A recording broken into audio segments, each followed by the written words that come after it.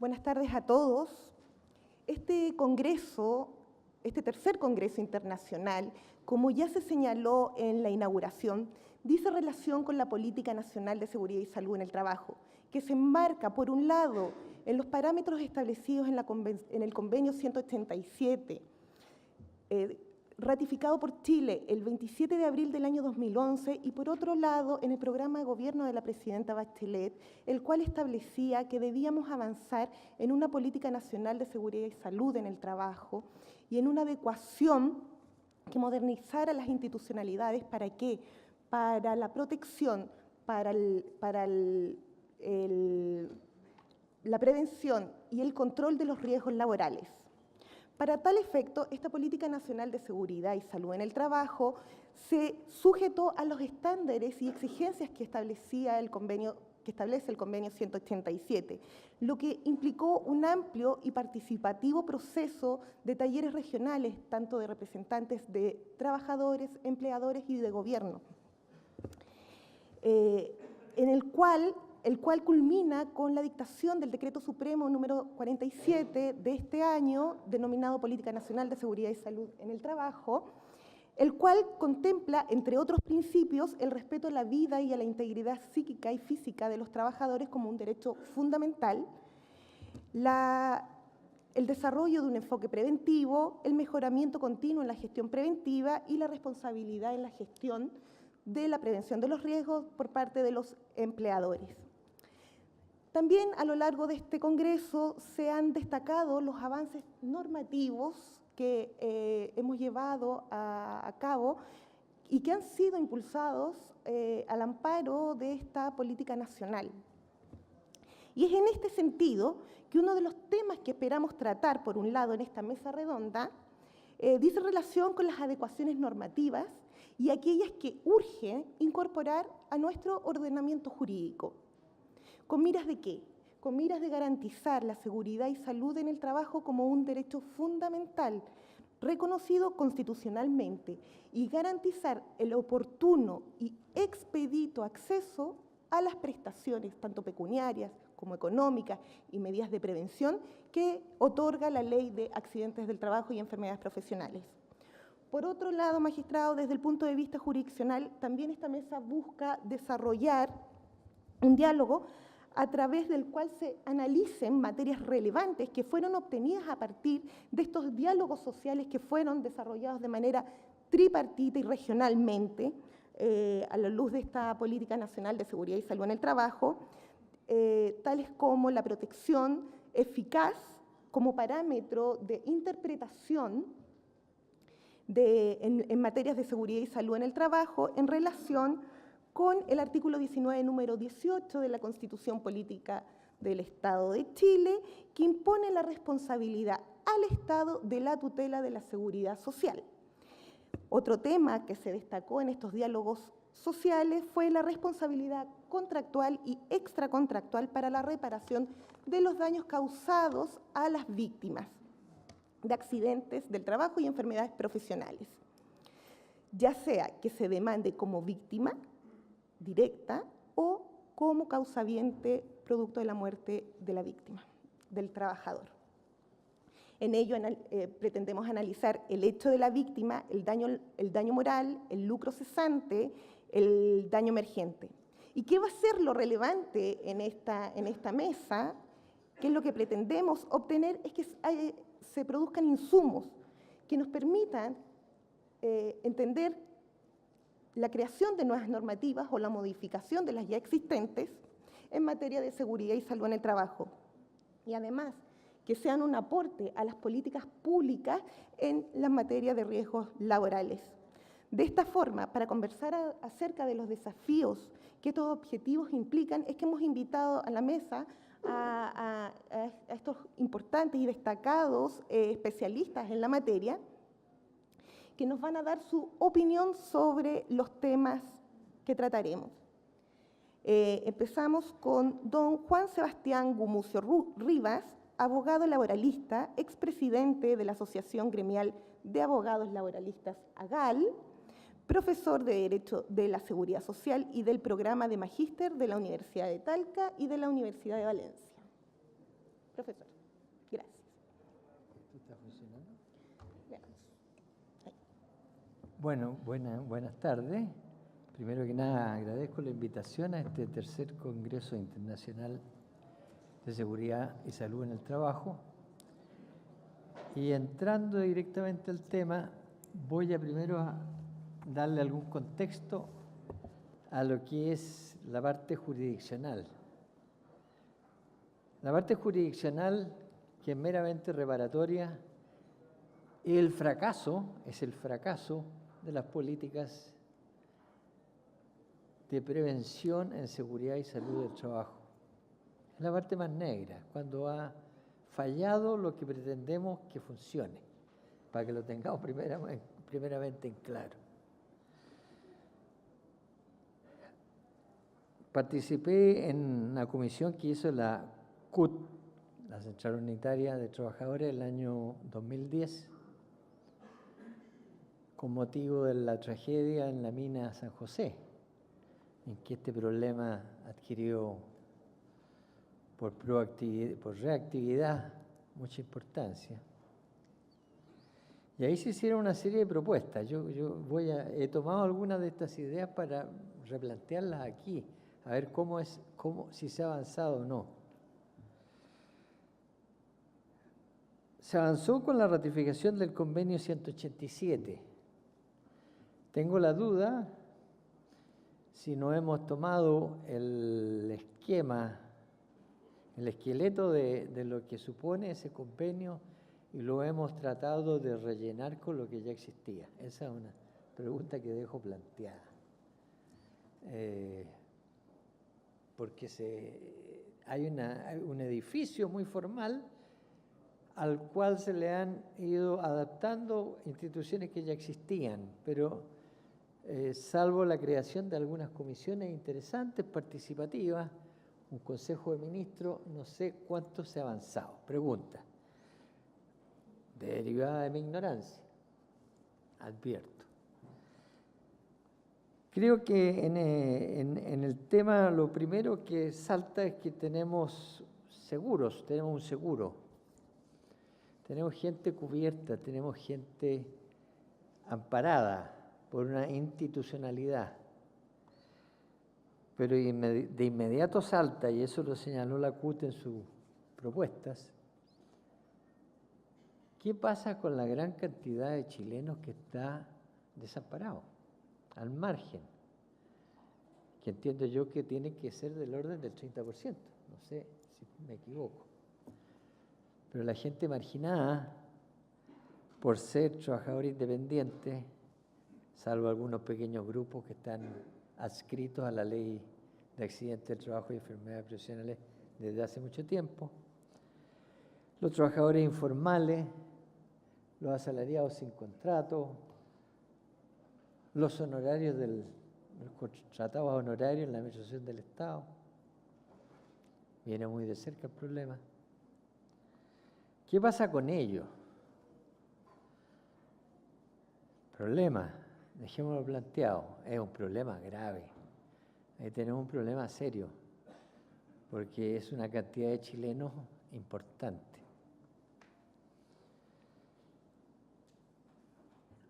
Vamos al seguro, a los que están amparados. ¿Cuáles son las dos grandes líneas de acción?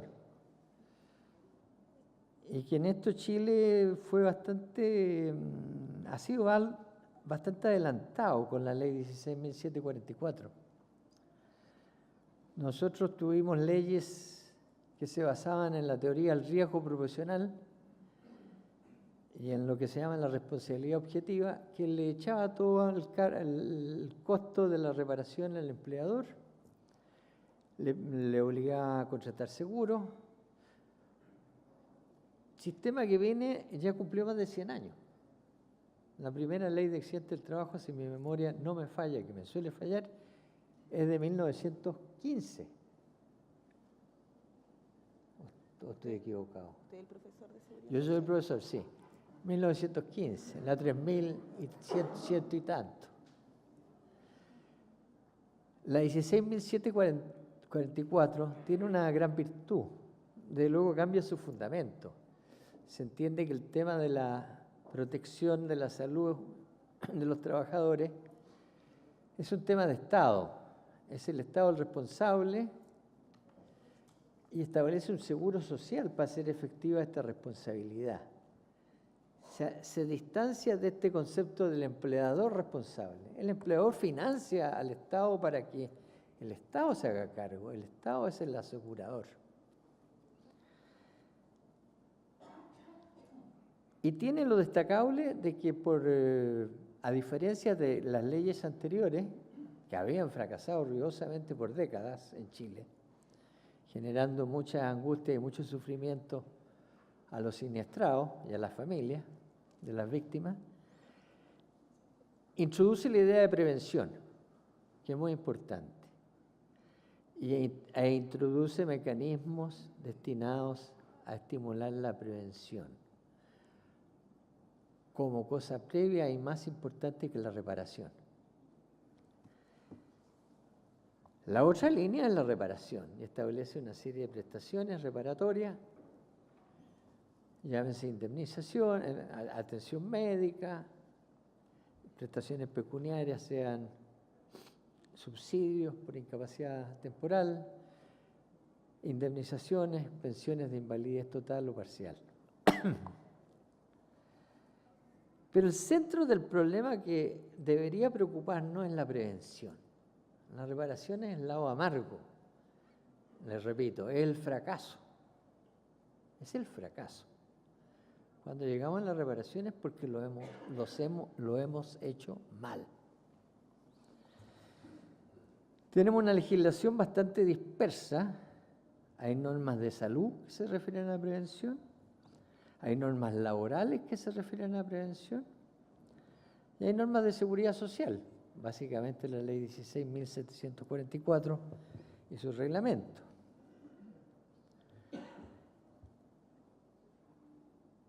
Esta legislación tiene que ser modernizada, actualizada y precisada.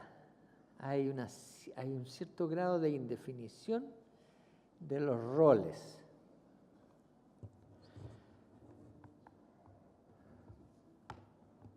Por ejemplo, el caso que más interesa es el de las mutuales. ¿Por qué uno habla de las mutuales? Porque las mutuales en Chile, que son organismos teóricamente sin fines de lucro, que amparan al grueso de la población cubierta. El Instituto de Seguridad Laboral, si mi memoria no me falla nuevamente, tiene del orden del 15% de la población, pero el sector más riesgoso, que es pequeña y mediana, micro, pequeña y mediana empresa.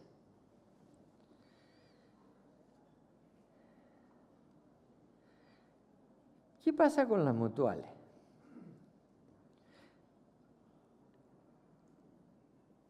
Porque la prevención se le entrega en la gestión misma a las mutuales, al Instituto de Seguridad Laboral, a los empleadores y a los propios trabajadores. Y hay organismos que fiscalizan, los CEREMI de salud, la Dirección del Trabajo, algunos organismos especializados, la minería el CERNAJOMIN, en el agro el SAC, etcétera, etcétera, etcétera. En la parte marítima, la Dirección General, eso se me olvidó, de Geomar, Directo Mar.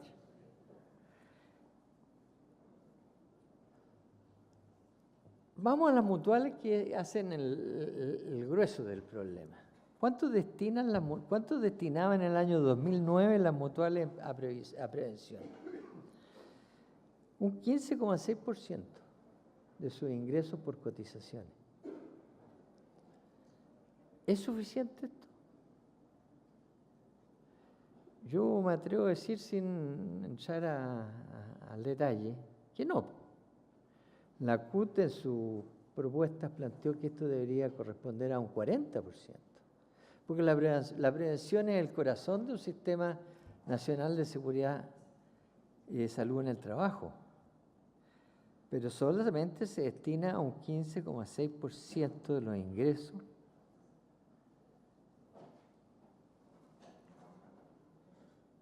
a pesar de que los ingresos de las mutuales tienen que ser más que suficientes. Cuando uno observa cómo han crecido en vertientes de desarrollo que no corresponden a su giro específico, que es la atención del Seguro Social contra riesgo de accidentes de trabajo y enfermedades profesionales. Y tenemos a las mutuales con una sobrecapacidad hospitalaria dedicada al negocio de las clínicas. Más imperios económicos que se han construido sobre la base de fondos del Seguro Social de la ley. Digamos las cosas como son.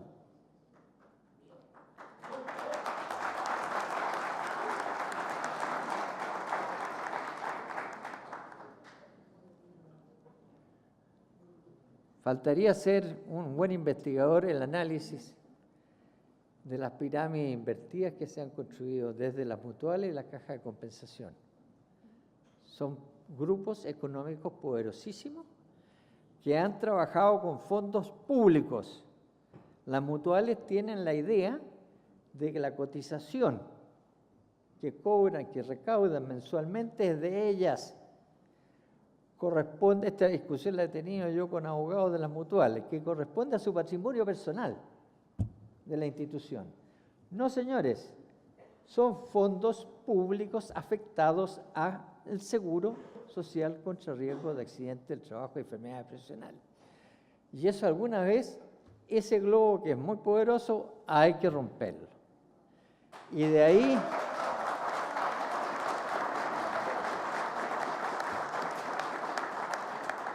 Y ya que estamos en eso, también hay que restablecer una serie de cosas. Las mutuales durante la dictadura, estimados oyentes, obtuvieron una serie de reformas que las liberaron su gestión de una manera absoluta. Tanto en lo financiero, las mutuales tenían la misma obligación que el Instituto de Seguridad Laboral de financiar los gastos de los servicios de salud. Entiendo que era el 2% de los ingresos.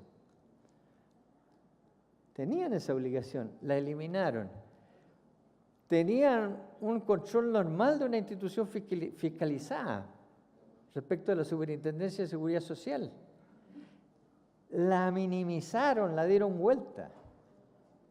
No se fiscaliza nada a menos que usted lo pida. Dejaron de depositar fondos para la rehabilitación de alcohólicos.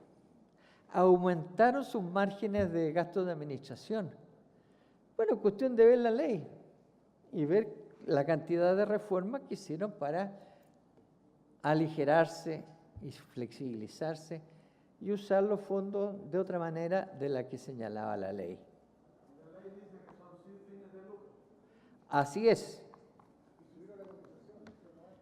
Claro, porque se pusieron a llorar de que no tenían plata para pagar los reajustes. Así es. La cambiaron ahora para otra cosa, pero bueno. El Instituto de Seguridad Laboral, mientras tanto, es el pariente pobre. ¿A quién recibe? Yo no sé si hay alguien del instituto aquí. ¿A quién recibe el instituto? Es la institución que afilia por defecto.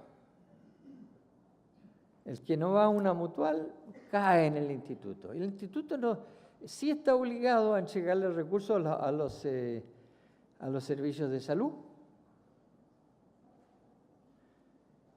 No obstante que la plata está con las mutuales, el instituto tiene una cantidad muy menor de ingresos, sigue sujeto a todas las obligaciones y le toca un sector muy difícil de prevenir, que es la micro, la mini, la mediana empresa, que es la que tiene más problemas. Es más difícil geográficamente, tiene una serie de dificultades. Tenemos problemas ahí. Hay que reestablecer y rearmar todo ese sector. No es posible que gasten en prevención un 15%. Si no se toma en serio la prevención, este sistema no sirve de nada, o de bien poco. Ganaremos más plata los abogados que nos dedicamos a los juicios, a los fracasos, que es cuando hay un siniestro laboral. Pero lo que queremos es que no haya siniestros laborales. Y para eso hay que meterle más plata, meterle más ciencia, más capacitación, más planificación. Y ahí yo creo que no sé qué se está haciendo. Dejo planteada mi duda. Tengo mi visión crítica.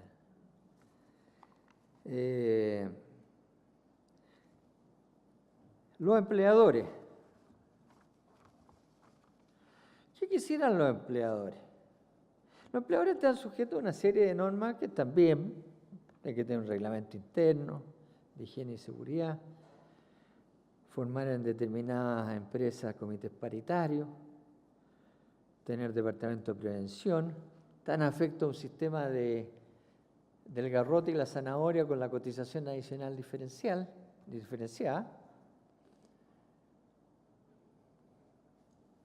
¿Basta todo esto? No. El ideal de los empleadores es tener un seguro y no olvidarse todo, ¿no? Este es un cacho para muchas empresas. Los comités paritarios, digamos la verdad, funcionan poco y mal. Una buena propuesta es que y lo dice la OIT, es que los representantes laborales en un comité paritario tienen que estar al margen de posibles represalias o persecuciones en su accionar, porque el representante laboral es un fiscalizador que se tiene que enfrentar a los cuadros de la empresa. Y esto hoy día no funciona, hay fuero para un dirigente sindical. ¿Existe la capacitación para estos representantes laborales? ¿Existe capacitación suficiente? Si esta no es al lute. En la medida que se ha ido complejizando la forma de trabajar, cada día es más difícil también abordar el tema de la seguridad.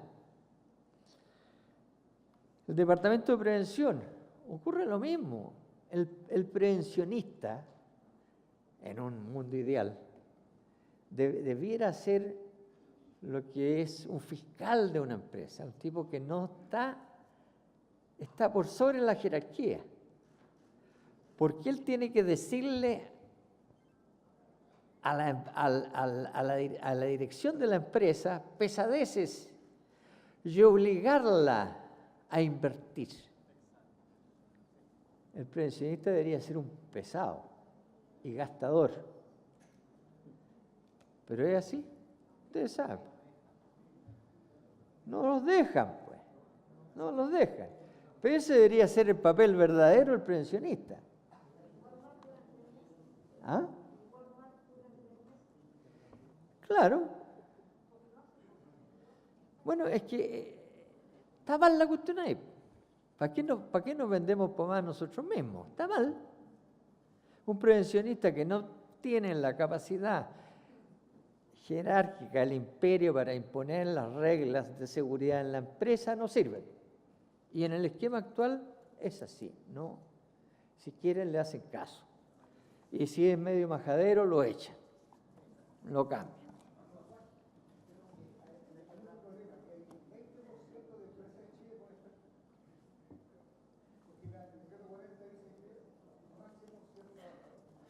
Claro, súmale.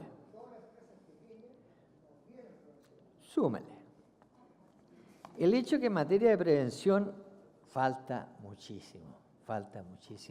Y ahí está el corazón del problema. ¿Para qué vamos a hablar de juicio? Vamos a hablar de juicio también, pero el corazón del problema es que o armamos una prevención de verdad e invertimos recursos, pues esta cuestión no va a funcionar bien. Ahí está la base.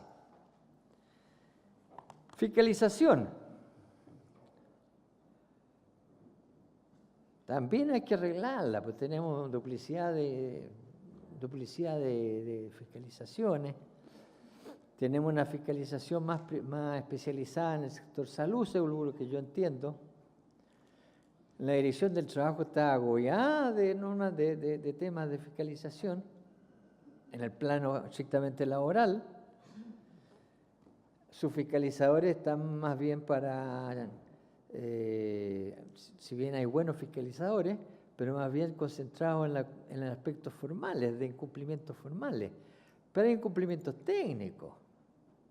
Hay incumplimientos técnicos que un fiscalizador que de la legislación laboral no necesariamente está en condiciones de detectar, que supone un ingeniero, un médico. Entonces, tenemos problemas. Vamos a la parte negra, para ir terminando. La parte negra es la reparación, es cuando fracasa. Tenemos un seguro social. Ahí quisiera decirle una cosa, que aquí hay un malentendido a veces a nivel de empresario. Creen que los asegurados son ellos.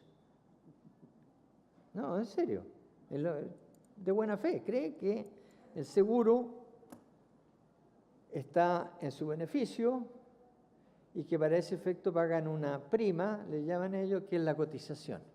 No es así. Aquí tenemos un asegurador que es el Estado y el asegurado que es el trabajador, no es el empresario.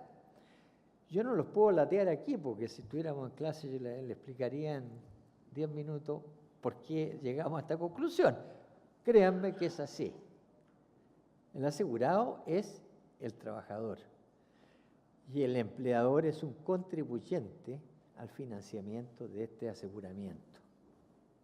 Es importante entender eso porque ahí viene una serie de malos entendidos.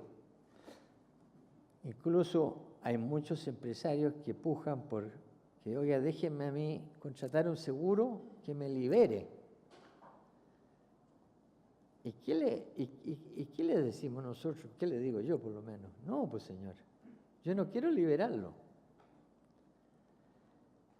Yo quiero que la vida y la salud de sus trabajadores esté entregada bajo su responsabilidad. No es un problema monetario, que usted se lo pueda endosar a una compañía segura pagando una prima. Este es un problema de valoración de la vida de los trabajadores y de la salud. Y usted tiene que asumirla. En otros países, incluso esto tiene una expresión penal.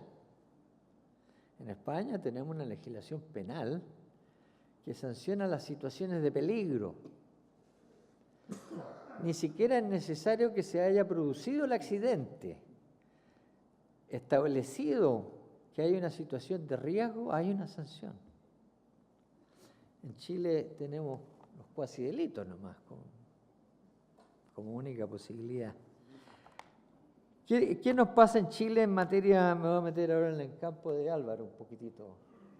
¿Qué tenemos en materia de reparación? Tenemos la reparación de la ley de accidentes, que ustedes la conocen, atención médica gratuita integral, prestaciones pecuniarias, indemnización si es una invalidez de baja graduación, pensiones, parcial o total, y en caso de estar en estado de incapacidad temporal, subsidio. ¿Puede el trabajador obtener reparación civil? ¿Puede el trabajador aspirar a que la reparación sea más allá de lo que le da la ley de accidente? Esto se discute en los países, hay distintas variantes, pero en Chile es indiscutible, sí puede, porque hay una norma expresa que es el artículo 69 de la ley de accidentes que así lo establece. Este artículo 69 lo han tratado de tijeretear y acortar por todos lados, pero ha ido resucitando. Ha ido resucitando y recobrando su verdadero sentido. ¿Qué problema tenemos en Chile jurídico? Tenemos un sistema que se llama dualista en materia de responsabilidad. Tenemos normas distintas cuando hay una responsabilidad de origen contractual, como son normalmente los siniestros laborales, de aquella que establece el Código Civil para la responsabilidad extracontractual, que no supone vínculo entre quien provoca el daño y la víctima. Este maldito dualismo, que es un poco anticuado, nos crea problemas que hemos contribuido a aumentarlo. ¿Por qué? Porque cada estatuto es distinto. En competencia de los tribunales, en capacidad de la gente, en monto a resarcir, en varios puntos. Me interesa la competencia, que es la que nos crea problemas. Teníamos una vida feliz, absolutamente feliz, en que los tribunales del trabajo tomaban todas estas causas, tanto de las víctimas directas, que es cuando el dañado es el trabajador, cuanto las víctimas indirectas o por repercusión, que se llama, que es cuando fallece el trabajador y demandan sus cercanos, que se sienten dañados. Éramos felices porque los tribunales de trabajo aceptaban estas causas y no armaban ningún lío. Hasta que llegó un genio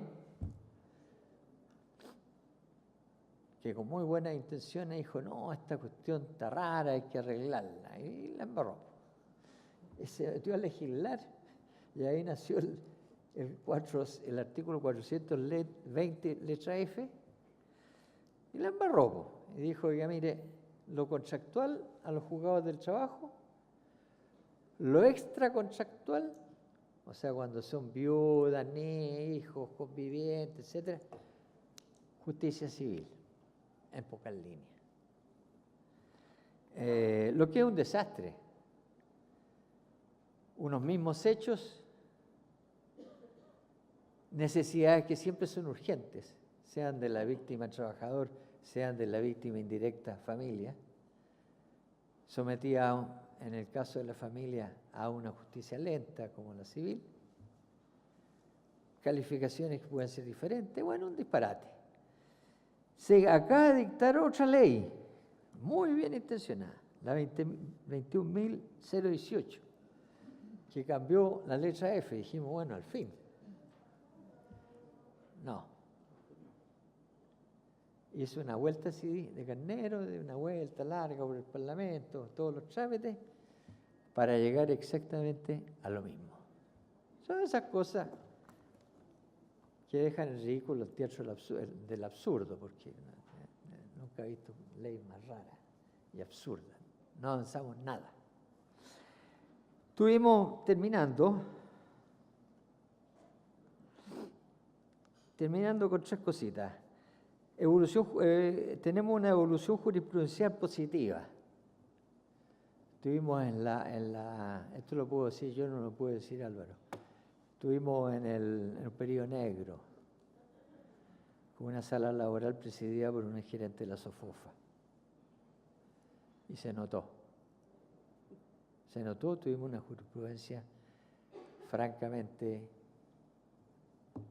absurda en algunos puntos, que llegó a decir de que no se podía cobrar lucro cesante ni daño emergente, que en el lucro cesante requería poco menos que una certeza total. Bueno, una serie de tal vez Álvaro o Pedro se van a referir más en detalle.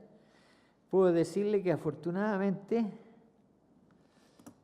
se ha ido consolidando ahora o rectificando hacia una jurisprudencia más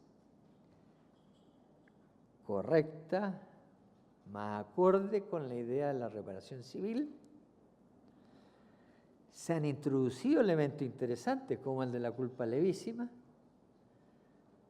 que no va casi contra texto civil expreso, pero tiene un fundamento de principios valiosos que le dice, oiga, en esta materia, aunque en el contrato de trabajo usted debería responder de la culpa leve, que es la culpa mediana, No, oiga, como aquí está la vida del trabajador, yo le exijo a usted el mayor esmero.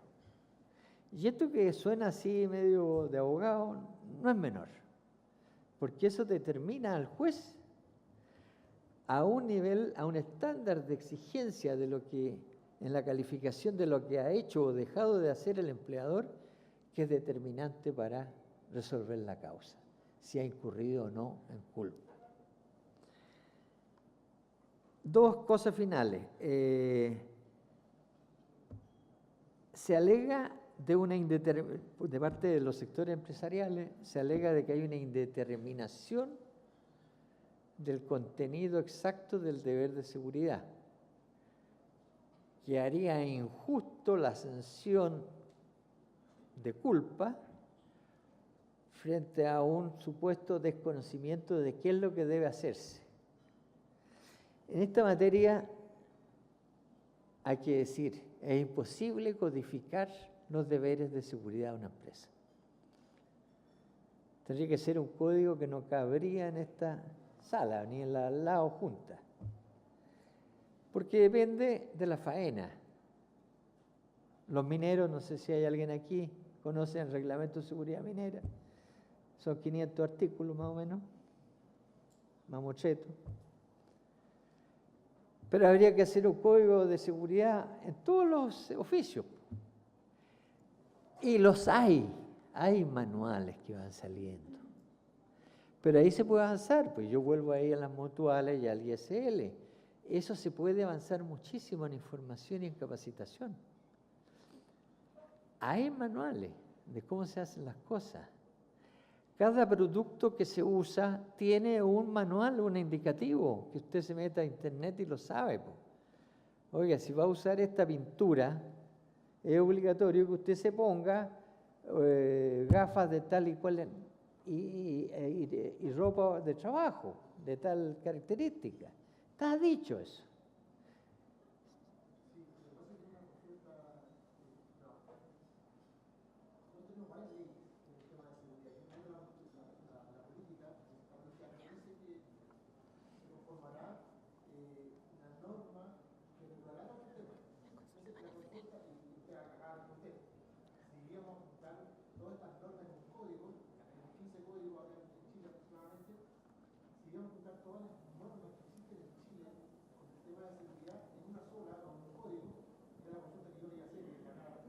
Dejémoslas para el final las consultas. Le adelanto la respuesta. Yo creo que es posible. Se puede avanzar en manuales que hay. Hay manuales de cómo usar una escalera, hay manuales del trabajo en altura, hay manuales para una serie de cosas. Se puede sistematizar. Bueno, y finalmente, de manera que eso, yo descarto eso, existen elementos para que el empleador sepa qué tiene que hacer. Y finalmente, un tema también muy discutido es que es las distintas indemnizaciones que determinan los distintos tribunales. Entonces, hay una cierta tendencia a tarificar o crear baremos más o menos rígidos. Yo personalmente no estoy de acuerdo. Creo que, y así lo ha hecho el Poder Judicial, puede contribuírsele al juez con pautas. Con pautas, baremos, que se hizo el trabajo ya con la Universidad de Concepción, pero no se puede rigidizar esta materia. Lo encuentro tremendamente peligroso. Bueno, para despedirme, prevención, prevención, prevención.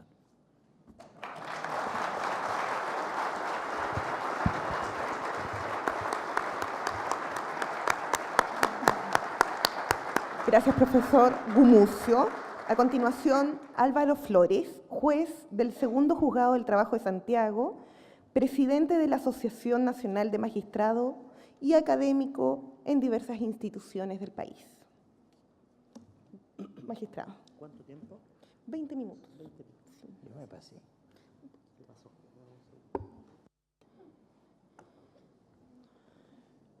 Bien, muy buenas tardes ya. Agradezco la invitación, la posibilidad de compartir reflexiones sobre estos temas que son muy amplios. Voy a abordar la mirada desde la función jurisdiccional, o sea, lo que hacen los tribunales en el ámbito, en ese ámbito que de alguna manera y con bastante certeza Juan Sebastián calificó como el fracaso de todo lo anterior, todo lo que está edificado desde el seguro y las obligaciones de prevención. Eso es así, es efectivo. Juan Sebastián además entró en algunos temas que son parte de esta visión integral que corresponde señalar. Voy a partir al revés. ¿Qué haría que el empleador, un poco como ciertas indicaciones o tips sobre cómo reforzar el cumplimiento de la obligación de seguridad? Yo creo que hay 3 elementos para reforzar el cumplimiento de la obligación de seguridad, algo esquiva. Uno, ya está de alguna manera asumido por el artículo 183E, que es hacer a un tercero en el ámbito de la relación laboral, el dueño de la obra, ¿cierto?, hacerlo responsable directo, ¿cierto? La jurisprudencia, en una de las decisiones más o menos interesantes del último tiempo, unificó y situó esa responsabilidad como solidaria con el subcontratista o el contratista. Eso es importante, porque significa que responde por todo si hay un caso de condena. Primer elemento, entonces, responsabilidad directa. En un modelo de subcontratación que para mí es telón de fondo en el Chile de hoy de una sola cosa: precarización. Subcontratación, para mí, cada vez es más, al menos desde mi experiencia, sinónimo de precarización laboral. Entonces, que a lo menos en el ámbito de la accidentabilidad y los accidentes del trabajo se haya introducido la norma del artículo 183E y que tenga un correlato como el que ha tenido en la última jurisprudencia, me parece a mí adecuado y relevante. ¿Qué otro elemento podría ser? Hacer muy caros los accidentes del trabajo. Hacer caros los accidentes del trabajo. O sea, el lenguaje del empresario chileno opera sobre la base de costos altos como desincentivos a desatender estas obligaciones o, digámoslo al revés, como incentivo a atender el problema de seguridad. No digo que no haya otros incentivos, que la ley no cumpla un rol importante y que no haya responsabilidad en este punto al margen de lo caro. Y aquí planteo una diferencia que la voy a dejar como duda. Yo creo que el modelo actual de judicialización de los accidentes del trabajo es demasiado malo. No puede ser que los accidentes del trabajo y la cuantía de la responsabilidad, esa responsabilidad contractual que se origina en ese viejo principio que conocimos desde niños, ¿no? Es un poco duro decirlo así, pero es gráfico. El que rompe paga, ¿no? El responsable por la infracción contractual en el deber de cuidado indemniza, más allá de las indemnizaciones y las prestaciones que da la ley de 16.744, que por lo demás Juan Sebastián, me rectificará, es una ley que todavía está anclada en la idea de solidaridad. Así es, con fondo de reparto. Con fondo de reparto. O sea, cuando se nos dice que eso fracasó, la ley 16.744, con todas sus deficiencias, es un desmentido a los que nos dicen que los sistemas de capitalización individual son los sistemas, hoy predominantes, por cierto, pero son los únicos sistemas que tienen algún efecto para generar pensiones o seguridad social. Hacer más caro. Entonces, ¿cuál es el problema? El problema es que hoy por hoy yo tengo un criterio para indemnizar, pero los 84 jueces que hay en Chile especializados y otros que no lo son tanto, y los de corte, no tienen un criterio para especializar.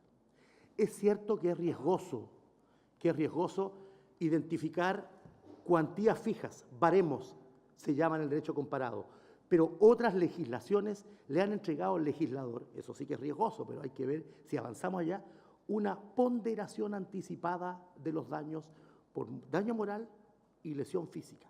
Van asociando distintos tipos de lesiones e indemnizan. Tengo aquí a la vista una de esas normas que es un boletín del año 2014, boletín del Estado español, que publica las cuantías de las indemnizaciones por muerte, lesiones permanentes o incapacidad temporal que resultaren de aplicar durante el 2004 el sistema de valoración de los daños y perjuicios causados por personas en accidentes. Una ponderación uniforme. Si esa ponderación se actualiza y es razonable desde el punto de vista de las indemnizaciones que son reparatorias, podría ser un buen avance. ¿Qué nos regala esa solución? Que es un avance legislativo. Nos regala igualdad ante la ley. Porque un accidente similar suyo y un accidente similar suyo, hoy no hay seguridad en Chile de que sean indemnizados de la igual forma. Y eso no es bueno para un sistema jurídico. Los tribunales deben generar expectativas uniformes y resolver de manera uniforme en casos similares. Eso hoy día no existe en Chile, ha ido mejorando, ha ido con la idea de la unificación en el ámbito de la Corte Suprema, pero hoy por hoy un juicio laboral es muy difícil que llegue a unificación. Es muy difícil que lo que dice un juez de trabajo en primer grado por el sistema del recurso no sea lo definitivo. El porcentaje es altísimo de las causas de lo que decimos los jueces del trabajo, más del 90%, que no se modificarán bajo ninguna circunstancia aunque se deduzcan recursos. Entonces, me doy a entender. Tercer elemento, para desincentivar el incumplimiento de las normas en clave empresarial, o para incentivar el cumplimiento, como quieran. Ya lo anticipó Juan Sebastián. La amenaza penal. Delito. No cuasi delito. Porque hoy día es evidente que el Ministerio Público, pudiendo hacerlo, no está persiguiendo estas cuestiones, donde la responsabilidad por culpa irroga, además del deber de indemnizar, el deber eventualmente de responder penalmente. Entonces, podría generarse un delito específico, podría generarse en el Ministerio Público una dependencia especializada en siniestralidad laboral. Miren cuánto nos falta en instituciones. ¿Estamos dispuestos como sociedad, como Estado, a instalar estas instituciones? ¿Tenemos la capacidad? ¿Existe la fuerza en ese Parlamento tan sui generis, ¿no?, en cuanto a sus intereses, de apretar las clavijas respecto de quienes tienen el poder empresarial? Esas son preguntas que quedan abiertas. Ahí hay tres elementos que son prácticamente, a mi juicio, una dimensión que puede constatarse desde la jurisdicción uno identifica como ciertas deficiencias. Vuelvo un poco atrás y entronco con lo que señalaba Juan Sebastián, artículo 420, letra D. ¿Qué se ve en los tribunales del trabajo? ¿Y qué se resuelve? Normalmente, no tengo la estadística en la mano, normalmente los juicios por accidente del trabajo terminan en condena del empresario. No es inhabitual que haya condena, porque las normas que están en el ámbito de la responsabilidad subjetiva, el artículo 69 dice que además de las prestaciones que da la ley de accidentes del trabajo, se puede ir por las prestaciones o las indemnizaciones civiles, incluso el daño moral, dice. Es decir, todas estas prestaciones son importantes, son necesarias, son sistemáticas, se proveen por los órganos que están establecidos en la ley, pero si la reparación no es completa y hay responsabilidad del empleador por culpa o dolo, usted va a un juzgado del trabajo y reclama esta trilogía tan conocida, ¿no? El daño directo, normalmente cubierta por las prestaciones de la ley, así que no hay mucho daño directo cobrado. El lucro cesante, la pérdida de ganancia que tiene como origen, la pérdida de capacidad, la inactividad del trabajador que está causada por el accidente y el daño moral. Este resarcimiento de algo que es extrapatrimonial, esto que nos pone a los jueces en una disyuntiva, yo diría a veces hasta dramática. ¿Cómo evalúo el sufrimiento? ¿Cómo indemnizo la pérdida de un órgano relevante? ¿Cómo compenso dinerariamente la pérdida de los placeres de la vida? Yo diría casos dramáticos. Muchachos jóvenes que han perdido, basquetbolistas, guitarristas, que han perdido un brazo y su vida se les derrumba, su proyecto de vida se les derrumba. Entonces, es una cuestión muy compleja. Y ahí está ese debate si la podemos de alguna manera objetivizar con indemnizaciones resarcitorias serias, no baladíes, a partir de una ley, si tenemos capacidad para eso. ¿Por qué normalmente se condena? Porque, como bien anticipaba el profesor Gumucio, hay un mecanismo de responsabilidad que atribuye responsabilidad y la carga probatoria del deber de cuidado, este deber complejo, no predeterminable, porque está establecido en la ley a partir de una adjetivación, que es casi responsabilidad objetiva. Aquí se ha dicho que no, pero uno debería sospechar que es prácticamente responsabilidad objetiva. Se dice, la protección debe ser eficaz. ¿Y qué es eso? Sino tener que poner la lupa sobre todas las acciones de prevención, de control, de suministro de implementos, de supervigilancia, de sanción al trabajador. Fíjese la potestad que tiene el empleador. De repente a mí después de un accidente el empleador me dice que este gallo era muy porfiado. Bien, perfecto, era un trabajador porfiado. Y la potestad de mando, esa que es choriza, ¿no? La que expulsa, la que sanciona. ¿Ah? El empleador, fíjense ustedes, tiene la posibilidad de sancionar con el 25% el salario diario a un trabajador que no se pone un casco. Y si me traen eso a mí a un tribunal, yo le pongo la firma. Bien, porque le está salvando la vida. Allá los compañeros. Y a los compañeros. Y a los compañeros. Entonces, por ejemplo, si ese elemento a disposición del empleador no está ejercido previamente en un accidente, la responsabilidad recae, porque como bien se dijo precedentemente, es por culpa levísima. O sea, hay que escrutar hasta la última acción exigible, y si esa acción exigible no está cumplida y tiene relación causal con el accidente, es responsabilidad del empleador y se avalúa el daño y se indemniza. Por eso, por regla general, uno pone la lupa y encuentra. Exposición imprudente al riesgo, una cuestión no determinada. No procede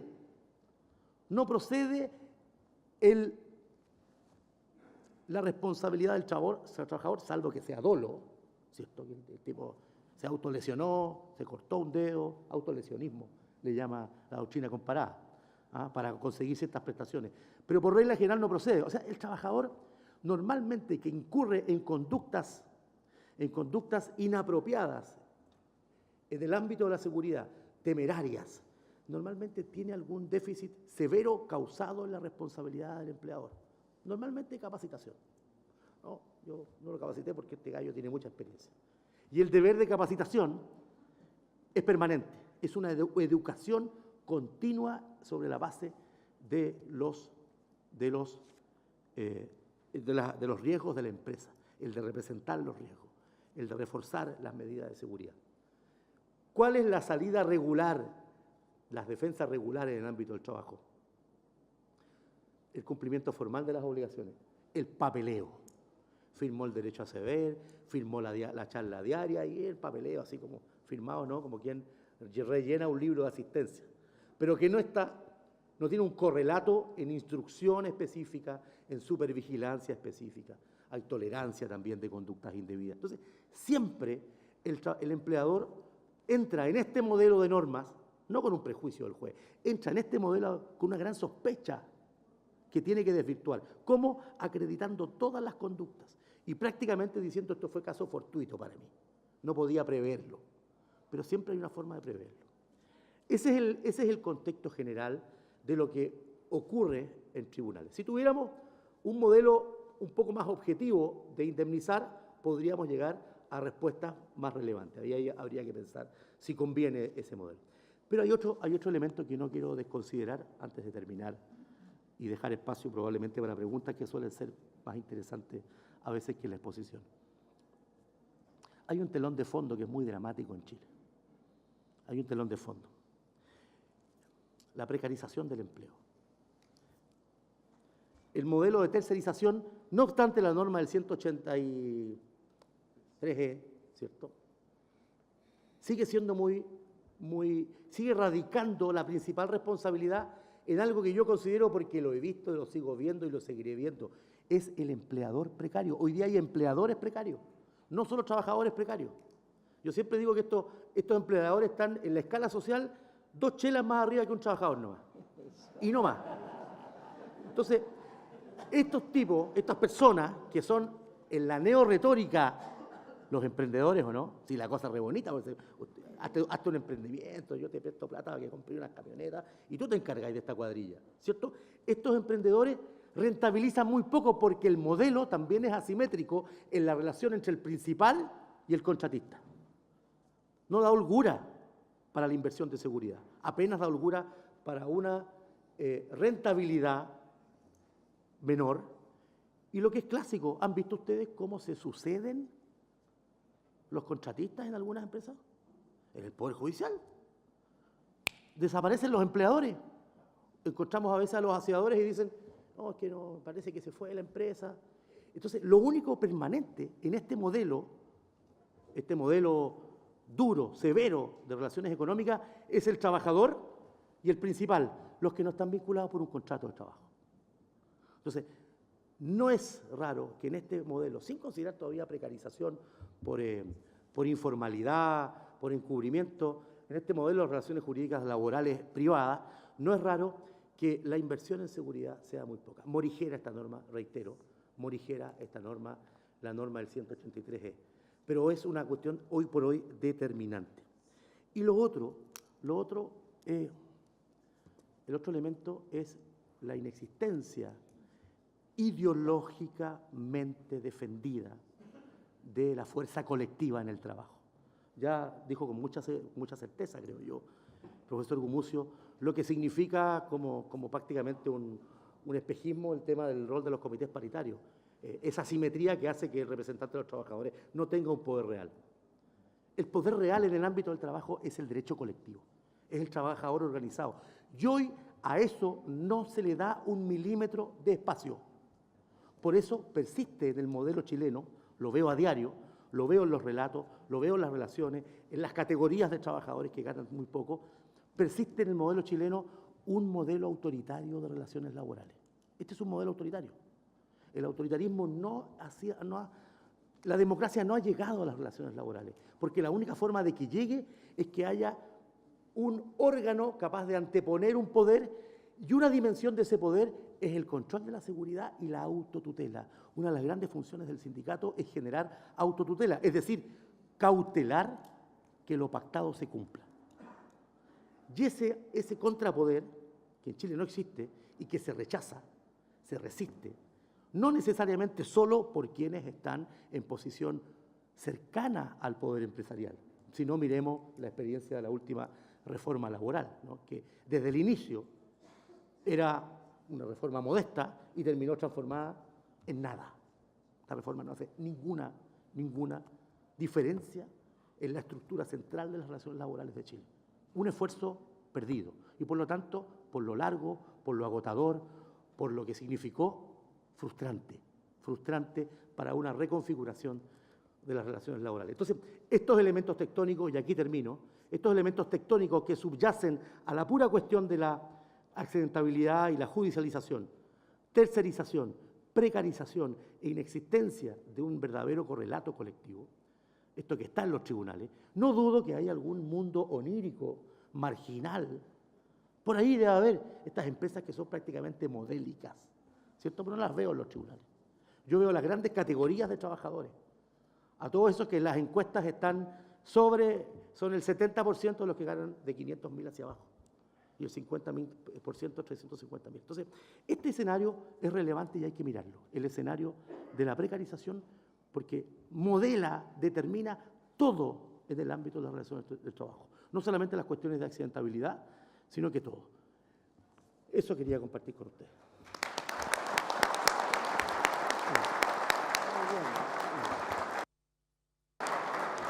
Muchas gracias, magistrado Flores. A continuación, presento a Pedro Contador, jefe de Asesoría Legislativa y Coordinación Internacional de la Subsecretaría de Previsión Social, abogado, magíster en Derecho del Trabajo y Seguridad Social,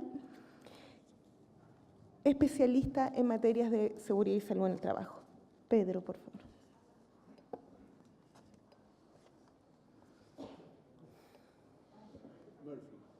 ¿Ahí? Ahí sí. Hola, buenas tardes.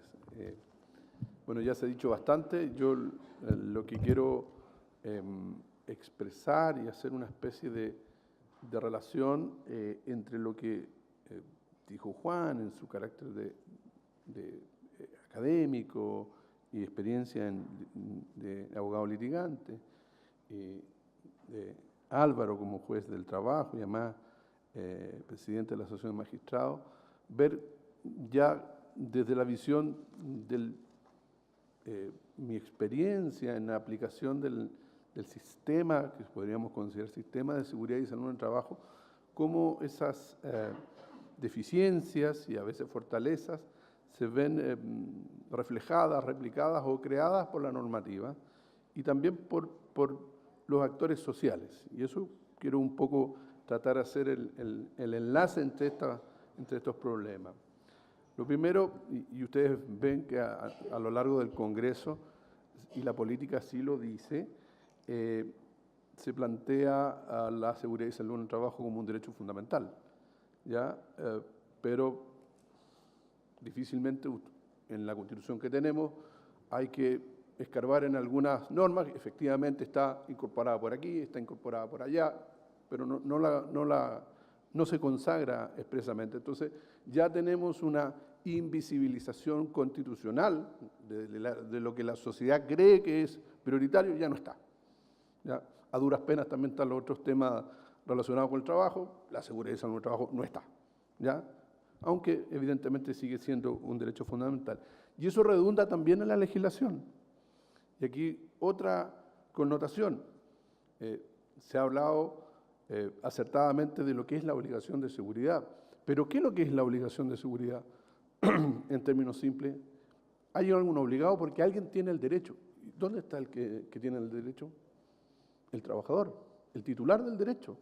La legislación lo reconoce cero titular del derecho, ¿ya? Es decir, ¿por qué se imponen estas obligaciones? ¿Por qué existe un sistema de aseguramiento? ¿Por qué el Estado fiscaliza? Porque el derecho lo tiene el trabajador y es un derecho fundamental.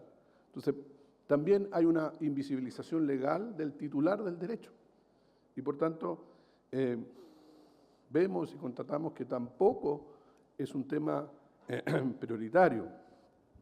Y por tanto, ya vimos en la mañana la exposición de la especialista de la OIT de lo que es la legislación comparada de países con mayor desarrollo, pero tampoco tan lejanos como Perú, que tiene una legislación que cumple estándares internacionales, es decir, esta exigencia de que estamos en un derecho fundamental, que hay que cumplir estándares internacionales, que es un derecho fundamental, se refleja en la legislación. Y tiene una legislación de seguridad y salud en el trabajo. Chile no la tiene, ¿ya? Evidentemente, la ley de accidentes del trabajo fue pionera, hace ya 50 años, de establecer un seguro social integral, preventivo, con entidades que no deberían perseguir fines de lucro, pero el tiempo ha cambiado y, como dijo Juan, hay 30, 40% de informalidad laboral, la precarización del empleo, la alta rotación.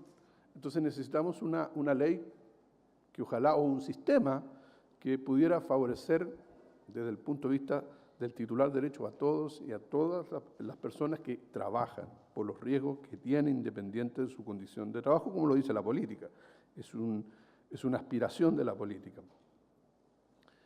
Y ya en el ámbito legal, ¿qué es el sistema de seguridad y salud en el trabajo? Y en eso, desde mi perspectiva, tampoco hay un claro consenso entre todos los actores sociales, incluso, no me refiero entre empleadores, trabajadores y gobierno, a veces entre los mismos actores sociales de un mismo estamento tampoco hay acuerdo de qué es lo que debe incorporarse en nuestro sistema de seguridad y salud en el trabajo.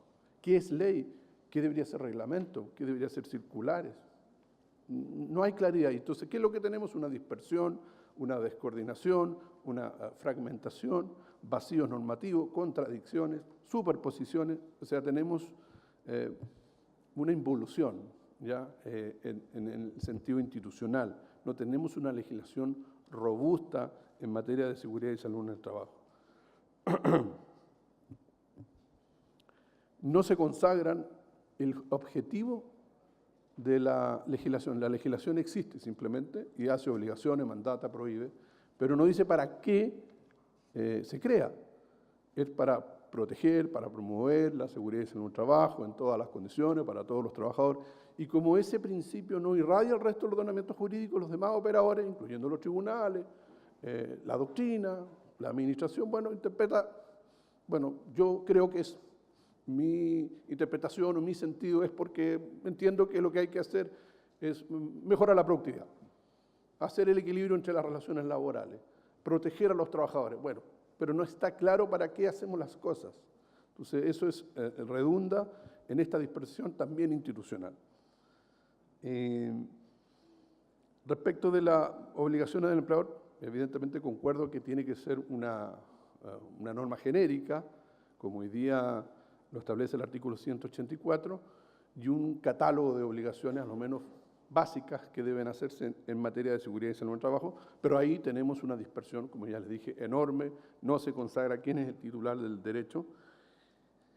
Y la protección eficaz, ya que es el objeto de esta obligación, desde mi perspectiva, la normativa no es suficientemente clara, salvo lo que dice el 184, para exigir este estándar de protección eficaz, ¿ya? Y por tanto no está permanente y transversal en toda la legislación, que lo que se requiere no es solo un cumplimiento formal de obligaciones mínimas, sino que un cumplimiento efectivo que tenga por objetivo, volvemos al objetivo, digamos, evitar todo daño a la salud de los trabajadores, no solo la ocurrencia de accidentes del trabajo y enfermedades profesionales.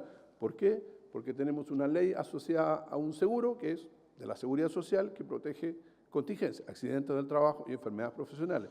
La visión es más amplia, daños a la salud, derivados de la organización del trabajo, de los riesgos, de las condiciones de trabajo. Nos falta, por tanto, saber cuál es el sentido de esta obligación de seguridad y, por tanto, también conocer sus límites, su naturaleza.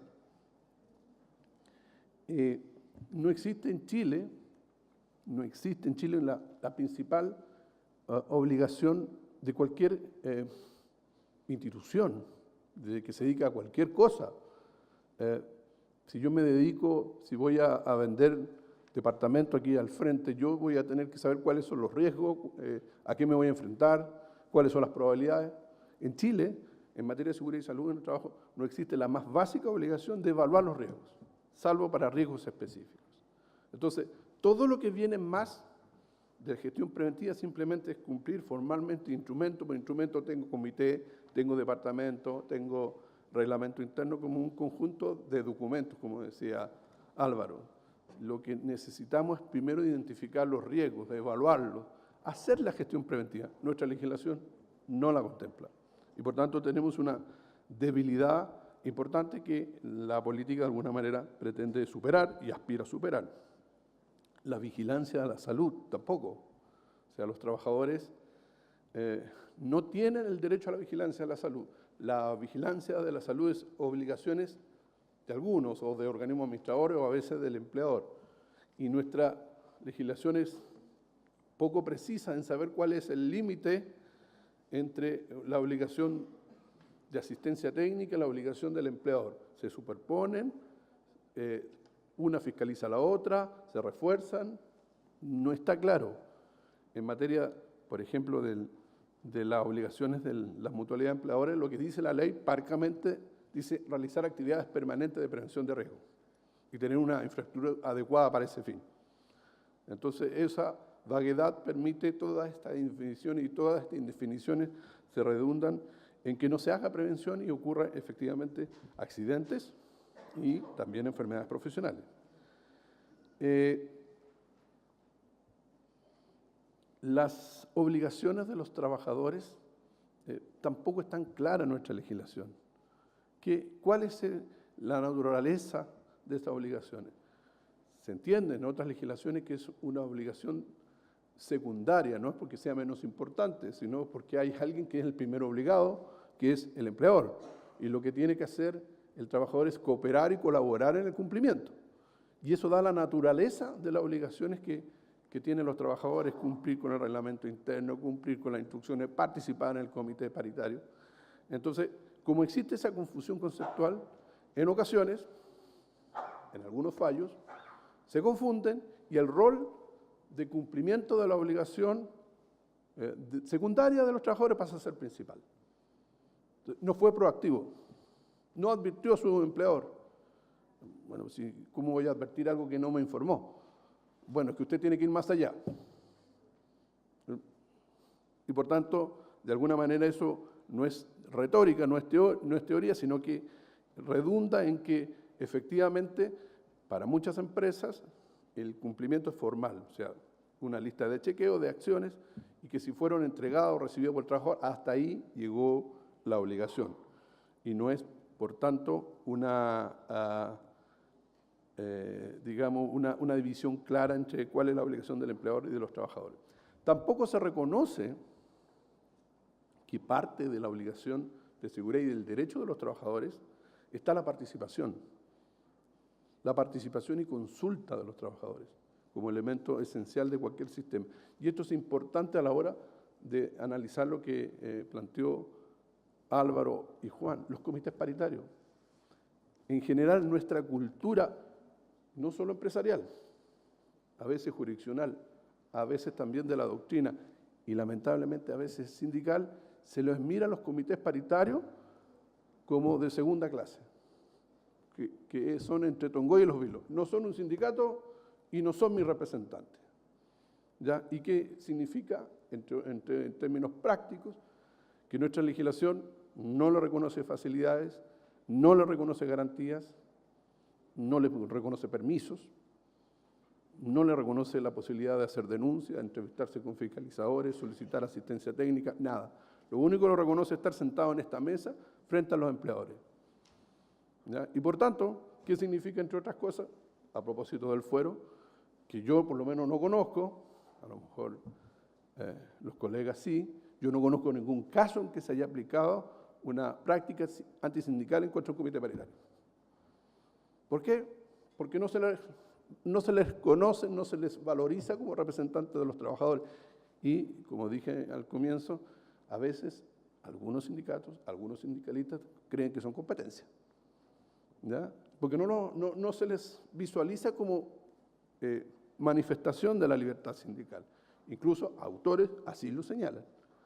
Entonces, si no valorizamos la seguridad y salud en el trabajo y la participación como un derecho de los trabajadores, que es parte de la protección eficaz, difícilmente vamos a poder darle relevancia que tienen los comités paritarios, mañana los delegados de seguridad, el rol que tienen los sindicatos.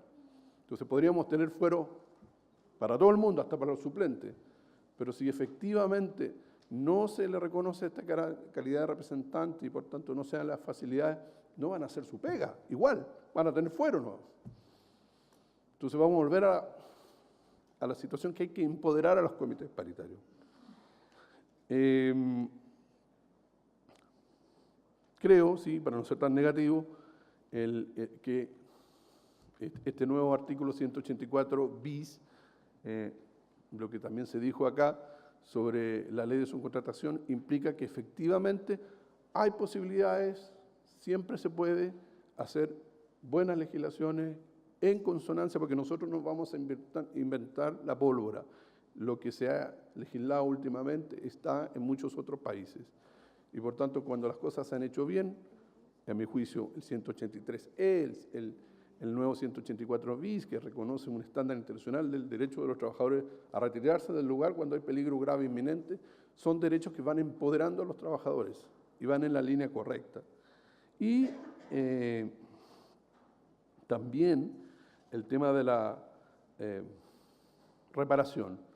Como existe esta confusión conceptual de cuáles son las obligaciones, cuáles son los derechos, quién es el responsable, qué obligación tiene, los tribunales, como en general esto está considerado prudencialmente determinado por el tribunal, determina el monto indemnizatorio en función de lo que considera es el daño que hay, y también considera en ocasiones aplicar la reducción o exención de la indemnización por hecho de la víctima. Entonces, a mí me parece injusto que si no está definido cuáles son mis obligaciones, se me reduzca la indemnización o se me desnaturalice mi responsabilidad a ser casi un cuasi empleador, de autocuidarme, ¿ya? Porque la otra parte no me cuida, bueno, tú te cuidas, y si no cumples este rol subsidiario, bueno, tú también tienes que ir en el descuento de la indemnización.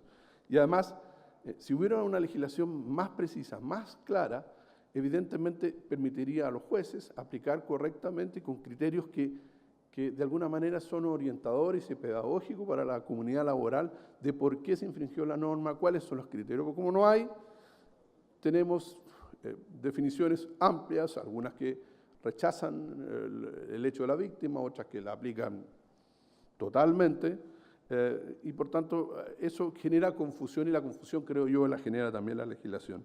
Y finalmente, el tema penal.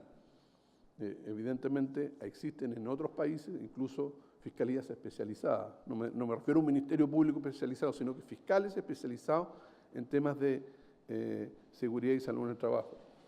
Como nuestra legislación, el Código Penal del siglo XIX, exige para los cuasi delitos un resultado, que es la muerte o la lesión del trabajador. Como es difícil prever eso o que ocurra, prácticamente las condenas penales no existen, los procedimientos incoados en la justicia penal son mínimos, porque no hay daño. Y el caso más patente es precisamente de los mineros, de los 33 mineros. Como no fueron mutilados, no sufrieron lesiones, los dueños de la mina San José, cero pena. Pero el Estado, esos trabajadores tuvieron un sufrimiento increíble, o sea, incuantificable. Pero penalmente no vale nada, porque no hay daño.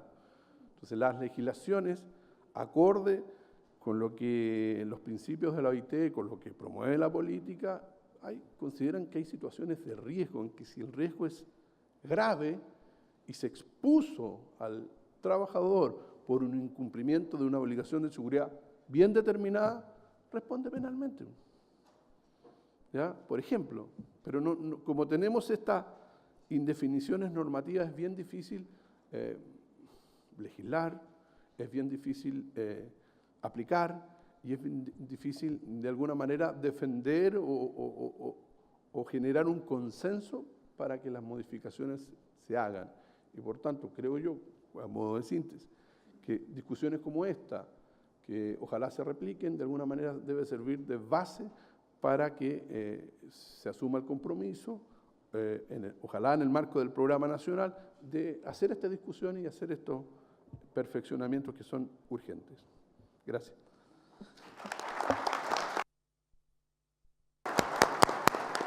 Muchas gracias, Pedro. Ahora pasamos a la ronda de preguntas. Pedro, permiso. 2. Tienen 3 minutos. Empezamos con Juan Sebastián Gumucio. Rápidamente. Rápidamente. Sí. Una primera pregunta, hay que prender esto, ¿no? Sí. Una primera pregunta dice, ¿por qué he señalado yo que la ley 21.018 no cambió nada en cuanto a la competencia, la tramitación, dice aquí, de las causas por accidentes fatales? Porque así es. Desgraciadamente la ley habla de causa habientes. Entonces dice, cuando demanda a la víctima directa, que es el trabajador, o sus causahabientes, que son sus herederos o cesionarios, van al juzgado del trabajo. Eso es igual hoy día. ¿Estará Álvaro de acuerdo? Es así hoy día. Pero cuando se trata de responsabilidad extracontractual, dice esta ley, se van a los civiles. ¿Cuándo hay responsabilidad extracontractual? Cuando demandan las llamadas víctimas indirectas o por repercusión. Hijos, señora, conviviente, etcétera, etcétera. Hasta el compadre Moncho, si es el caso. ¿Está contestado? Todos los que han sufrido un daño. Desde su perspectiva, ¿qué rol deben cumplir las organizaciones de trabajadores? Yo creo que ya se ha contestado, Pedro, sobre todo, y Álvaro. Aquí hay un problema de potenciar las organizaciones de trabajadores. Y si queremos ir más lejos, esto también está vinculado con la negociación colectiva y está vinculado con la negociación colectiva por rama de actividad. Bandera que nunca debe abandonarse y que en la reforma laboral desgraciadamente se abandonó. Y que desgraciadamente si no se logra, es poco lo que vamos a avanzar. De manera que las organizaciones de trabajadores tienen que apoyar a sus comités paritarios, obtener la negociación por rama, potenciarse como movimiento sindical para llegar a lo que decía Pedro, a una efectiva autotutela de sus derechos. última pregunta para mí. ¿Qué posibilidad real existe de destinar parte del pago de la cotización, me imagino la de accidente del trabajo, a capacitación e implementación de las pequeñas empresas que poco usan el seguro? Yo repito un poco lo que dije, o sea, aquí se requiere una nueva política en materia de prevención, destinar más recursos y dirigirlos preferentemente a la microempresa, a la pequeña empresa, a la mediana empresa. Potenciar el Instituto de Seguridad Laboral, que es la que tiene básicamente a los trabajadores de esas pequeñas empresas o medianas empresas. Tiene que haber un cambio definitivo que surja desde los organismos encargados de la prevención. Y hay que tener más recursos, tal como lo dije en la intervención. Más que quitarle una parte de la cotización. Bueno, parte de la cotización hay que destinarla y hay que mejorar el financiamiento del ISL. Gracias.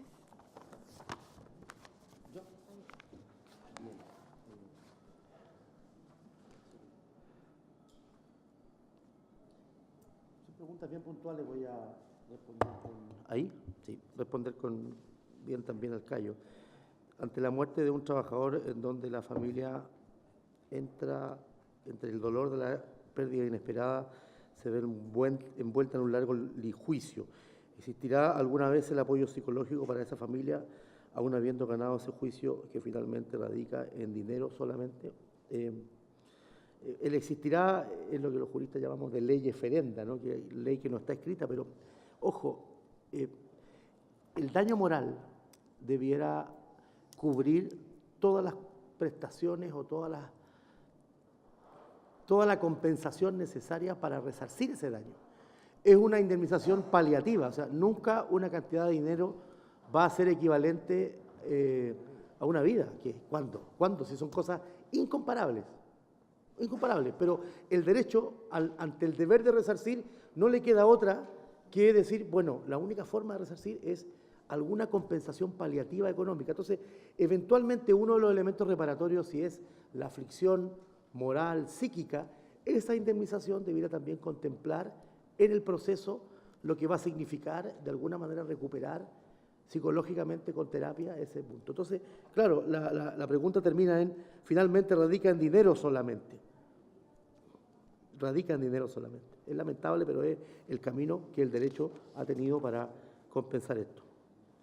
Como juez y presidente de temáticas laborales, ¿qué propone para movilizar a los empleadores hacia una cultura preventiva? Yo creo poco en la responsabilidad social empresarial, por lo menos en el Chile de hoy. Tal vez en alguna dimensión del primer mundo haya, pero eso es una cultura muy potente. O sea, hay un documental de Michael Moore que yo recomiendo mirar, está en Netflix, se llama ¿A quién invadimos ahora? Entonces, él es muy cáustico y él dice, desde la Segunda Guerra Mundial en adelante no hemos ganado ninguna guerra. No hemos ganado ninguna guerra. Vamos, dice, voy a ir por el mundo a buscar instituciones que no están en Estados Unidos, a ver si nos podemos apropiar de esas instituciones. Y va a Alemania, primero, va a Italia también. En Italia dice una cosa muy chistosa, dice, va por las calles italianas, dice, ¿por qué los italianos siempre andan caminando en la calle como si recién hubieran hecho el amor? Dice, ¿ah? Están todos relajados, contentos, felices, pero en Italia le extraña que la gente tenga un mes de vacaciones pagadas y que haya productividad. En Alemania llega una empresa, a la Faber-Castell, no les voy a contar más el documental, y dice, ¿dónde están los trabajadores? Y el gerente le dice, aquí, en esta oficina. ¿Cómo dice? ¿Están en gerencia? Sí, aquí está el comité de empresa. ¿Y usted no desconfía de eso? No, dice el gerente. Es la gente que nos da las mejores ideas. Ellos innovan con nosotros, nos sugieren ideas. Entonces, eso probablemente sea una cultura donde la concepción empresarial es radicalmente distinta a la nuestra. La nuestra es autoritaria y para ir, este es un preámbulo un poco largo, no homenajeé lo que había prometido, ¿no? Para ir hasta la idea de una cultura preventiva de los empleadores hay que hacer una ley clara, buenas normas, que se ajuste realmente al convenio 187, donde haya sanciones severas, creo yo, a este tipo de incumplimiento, porque el bien jurídico que se protege es muy fuerte, es el 19, número 1 de la Constitución. Vida e integridad física y psíquica. Eso es lo que está protegido aquí. Ni más ni menos que el primero del listado de los derechos fundamentales de la Constitución, que desincentive. Entonces, probablemente en algún estadio de nuestra cultura en 100, 150 años más, si es que de Corea del Norte nos sale un misil antes, tengamos eventualmente desde la ley un poco más de responsabilidad social empresarial.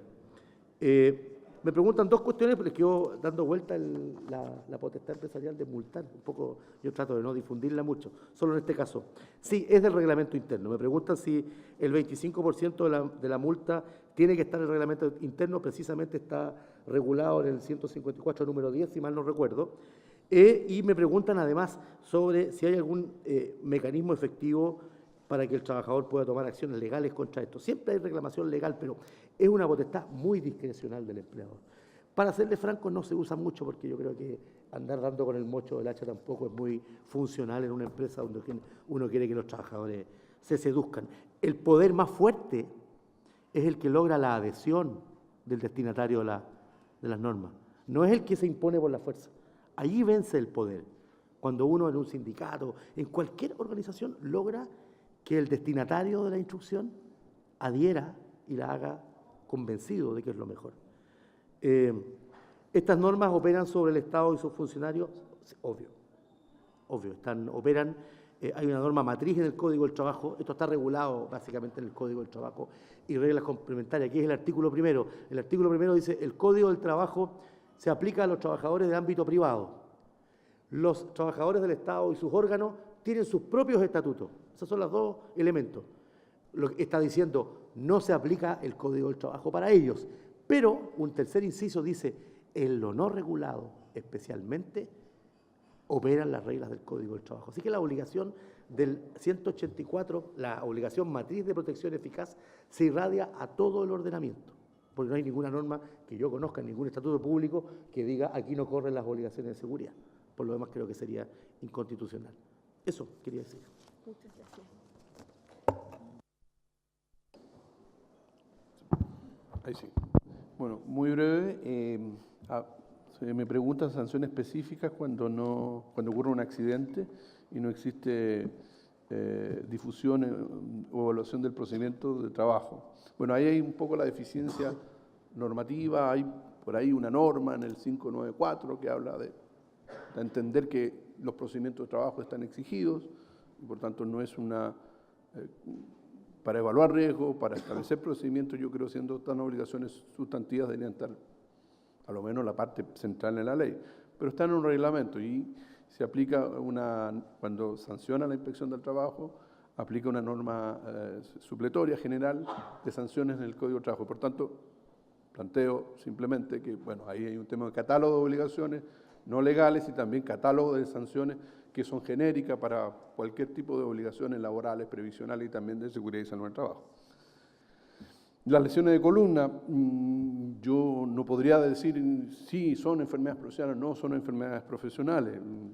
¿Ya? Hay un tema de multicausalidad, de si son o no degenerativas, si el viejo estaba gordo, si fuma mucho, bueno, mil cosas, que lo que la política dice es que lo que debería revisarse el concepto de enfermedad profesional y la actualización del listado de enfermedades profesionales. Lo que se está haciendo ahora, y eso les aprovecho de contar, en los próximos días se va a adjudicar una licitación que va a hacer un estudio sobre las mejores prácticas, la experiencia comparada, las exigencias de OIT y OMS sobre listado, sobre factores causales, sobre exposición, sobre la definición de enfermedades profesionales y por tanto estamos avanzando en lo que permite la política, porque objetivamente en Chile existe un bajísimo nivel de registro, de calificación de enfermedades profesionales, muy bajo. Las otras son más bien reflexiones. La crítica que yo veo ahí es, bueno, si quedamos solo en política, porque hay descoordinación de los servicios del Estado, que también lo reconoce la política. A veces hay una descoordinación en sanciones, en criterios para multar, etc. A veces van los mismos, a veces no van ninguno. Bueno, El llamado más bien es que lo que hace la política es, y siendo un reconocimiento tripartito, es un llamado a la participación. Es decir, si todo lo miramos desde el punto de vista, es el Estado el que tiene que cumplir porque tiene la deuda y tiene que hacernos, y cuando esté todo listo me avisa para ver cómo le fue, vamos simplemente probablemente a repetir eternamente este diagnóstico. La idea es que la política, mañana el programa, sea parte, quizás no esté toda la solución o todo lo que queramos, pero es parte de un movimiento social, esperamos, que permita hacer los cambios. ¿Ya? Y por tanto, no creo que sea lo único, ya se ha visto que se requieren más cosas, se requieren cambios, se requieren perfeccionamiento, pero el llamado es a participar. Y en ese sentido, roles como del Estado y de los sindicatos están definidos en la política. No quiere decir que estén definidos con exhaustividad, pero sí da un camino, participación, y dice cómo hacerlo, con qué rol, y por tanto hay que empoderarse. Yo no puedo decirle, porque aquí hace ejemplo de las centrales, CUT, CAT, UNET o la que fuere, usted tiene que hacer esto. Yo lo que siento, igual lo mismo los empleadores, sin perjuicio de las obligaciones legales, las sanciones, todo lo, pero la idea es participar. En la medida que tengamos el consenso de participar, yo creo que es posible generar todos, algunos, los más importantes cambios que aquí se han discutido. Gracias, Pedro. Magistrado Flores, profesor Gumucio. Finalmente, entregarles un obsequio que corresponde a un libro del primer Congreso Internacional de Seguridad Social. Agradecimiento por su participación en esta mesa. Muchas gracias. ¿Usted también participó en la primera? Sí, también. Ya. ¿Y para Pedro? No, Pedro es de la casa, así que ya tiene. Muchas gracias. A continuación...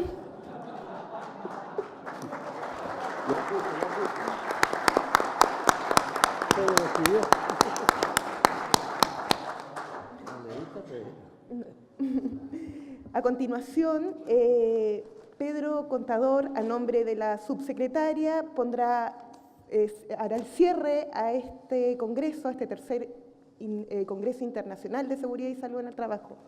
Pedro, por favor. ¿Está suspendido, no? Sí. Bueno, me tocó también exponer y moderar y ahora concluir. Solo las gracias a todos y cada uno de ustedes que han venido acá. Lo que quiero plantearles que además el esfuerzo de la política ha sido un esfuerzo de mucho y tripartito, y eso es real, y eso es el compromiso que siempre hemos querido hacer, y del Congreso también. Y ojalá esperamos que esta iniciativa se pueda replicar en el tiempo, porque estos son los espacios para discutir los problemas importantes que afectan al mundo del trabajo en materia de seguridad y salud. Y por tanto, reconocer a todas las instituciones que participaron en la organización del Congreso, a todos los panelistas, a los moderadores, porque lo hicieron con la mejor de voluntad, con a veces escaso tiempo que tuvimos para invitarlos, hicieron ponencia, a mi juicio, quizás tengo el sesgo de haber sido el organizador y por tanto encontrarlo bueno, pero sí de altísimo nivel, y por tanto creemos que existe, yo que llevo algún tiempo en estos temas, lo que se discutía antes es efectivamente por qué, cuándo se considera accidente de trayecto, si hay interrupción, si sí o no, si la prestación. Ahora se discuten temas más de fondo y son los propios actores sociales los que suben el nivel de exigencia, y la respuesta tiene que ser cada día más compleja, y iniciativas como estas permiten que eso ocurra, y por tanto creo que hemos cumplido el objetivo. Espero que nos podamos ver en otro año, que ojalá puedan participar en la implementación del programa y cuenten con nosotros para lo que necesiten. Muchas gracias.